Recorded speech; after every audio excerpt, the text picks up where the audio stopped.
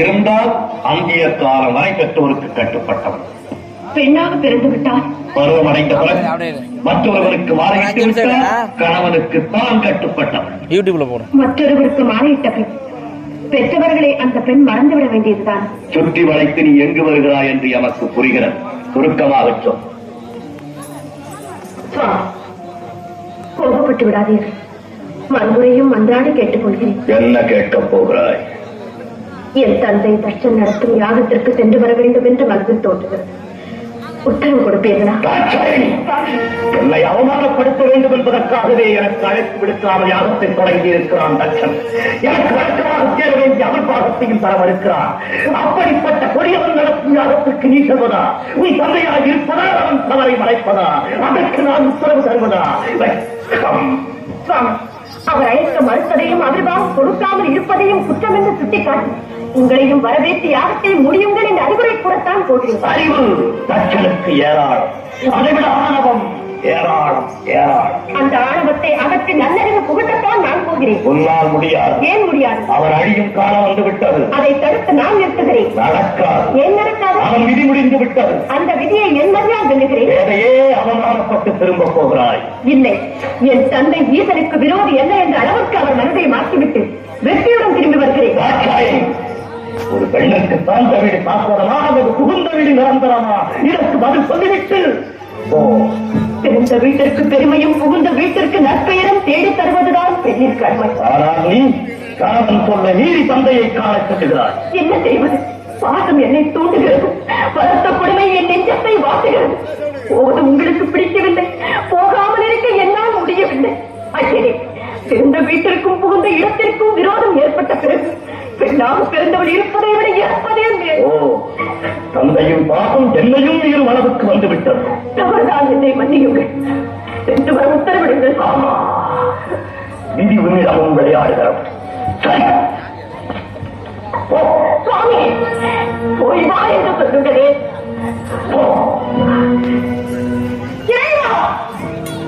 பிரபு, பரம்பொருளே, எங்கு வந்தாய்? எதற்காக வந்தாய்? எந்த முகத்தோடு என்னை பார்க்க வந்தாய்?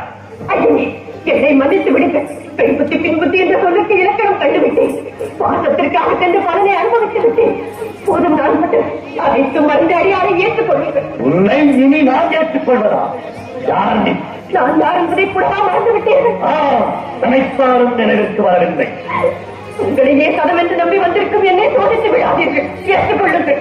என் சொல்ல மீறி என் வாய்ப்படியை கலந்த போதே என் மனைவி இறந்து விட்டாள். என் பணம் எதின் தச்சனின் மகள் தாட்சாயணி தான் இப்போது வந்திருக்கிறார். இல்லை இல்லை, இன்னொரு முறை என்னை தச்சன் மகள் என்று சொல்லாதீர்கள். அவர் எனக்கு தந்தை அல்ல, நான் அவருக்கு மரணம் அல்ல என்று ஊரையே சொல்லிவிட்டு அவர் தியாகமும் முடியாமல் போகட்டும் என்று சமைத்து விட்டு வந்தேன். உள்காலமான ஒன்று செய்யார். என்னால் ஏவப்பட்டிருக்கும் வீரபத்ரன் இந்நேரம் தச்சனை பழிவாங்கி யாகத்தையும் அழித்திருப்பான். எப்படியோ தொலையட்டும். என்னை பொறுத்தவரை தவறை உணர்ந்து விட்டேன். மன்னித்தேன் என்று ஒரு வார்த்தை சொல்லுங்கள். மனதால், வாக்கால், காயத்தால், முக்கால் உனக்கு மன்னிப்பே கிடையாது. உயிரை விட்டாலும் உங்கள் திருவடிகளின் விடுதலை தவிர இந்த இடத்தை விட்டு ஒரு கணமும் என்னால் பிரிந்திருக்க முடியாது. கிடையாது. என்னோடு சேர்ந்து வாழும் பாக்கியம் இனி உனக்கு கிடையாது. சோதித்தது போதும். இனி வேதனையை என்னால் தாழ முடியாது. ஏற்றுக்கொள்ளுங்கள். உன் நிலைமை மறந்து தக்கன் நகர்ந்த பாகத்தால் தவறு செய்து விட்டாய்.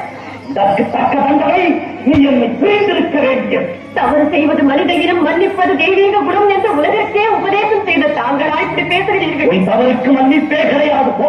அப்படி உபயோகித்து விடாதீர்கள். என்னை பிரிந்து தனிமையில் இருக்க வேண்டாம். உன் சிலை இது எனக்கு தேவையில்லை. உலகில் இனி நாமே தனித்து இயங்கிக் கொள்வோம். உறுதியாகத்தான் சொல்கிறீர்களா? இறுதியாகவும் சொல்லுகிறேன். எங்கே என்னை பார்த்து எரிகிற முறை சொல்லுங்கள். உன் முகத்தை பார்க்கவும் தயாராகில்லை. ஈசரே, என் துணையின்றி உம்மால் ஒரு காலம் தனித்து இயங்க முடியாது என்பதை நன்றாக நினைவில் வைத்துக் கொள்ளும். சக்தி ஆழத்தால் அழியாதே. சர்வம் சிவமயம். சப்தரிஷிகள், பூதகரங்கள் மற்றும் உங்கள் சகாக்கள் அனைவரையும் அழைத்து கேளுங்கள். சக்தி இல்லையே, சிவம் இல்லை என்று தக்க பதில் கூறுவார்கள். தகாத வார்த்தைகள் பேசாதே. சிவம் வாழும் உலகில் சிறந்தது.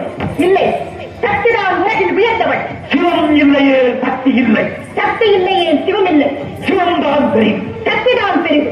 ஆளுக்கு பெண் அடிமை. அந்த ஆணையும் பெற்றுத் தருவது பெண்மை. நீ இன்றி நான் உண்டு. நான் என்று நீர் இல்லை.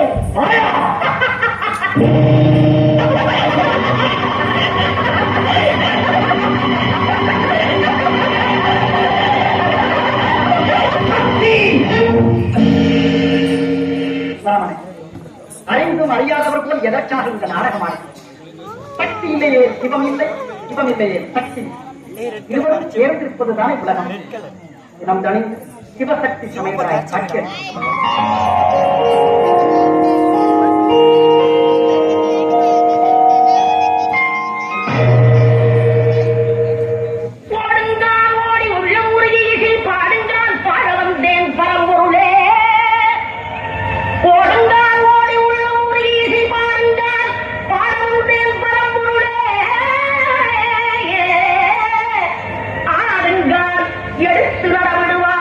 இறைவா உன் தமிழமுதை படித்த நான் பாடும்படி, உன் தமிழமுதை படித்த நான் பாடும்படி.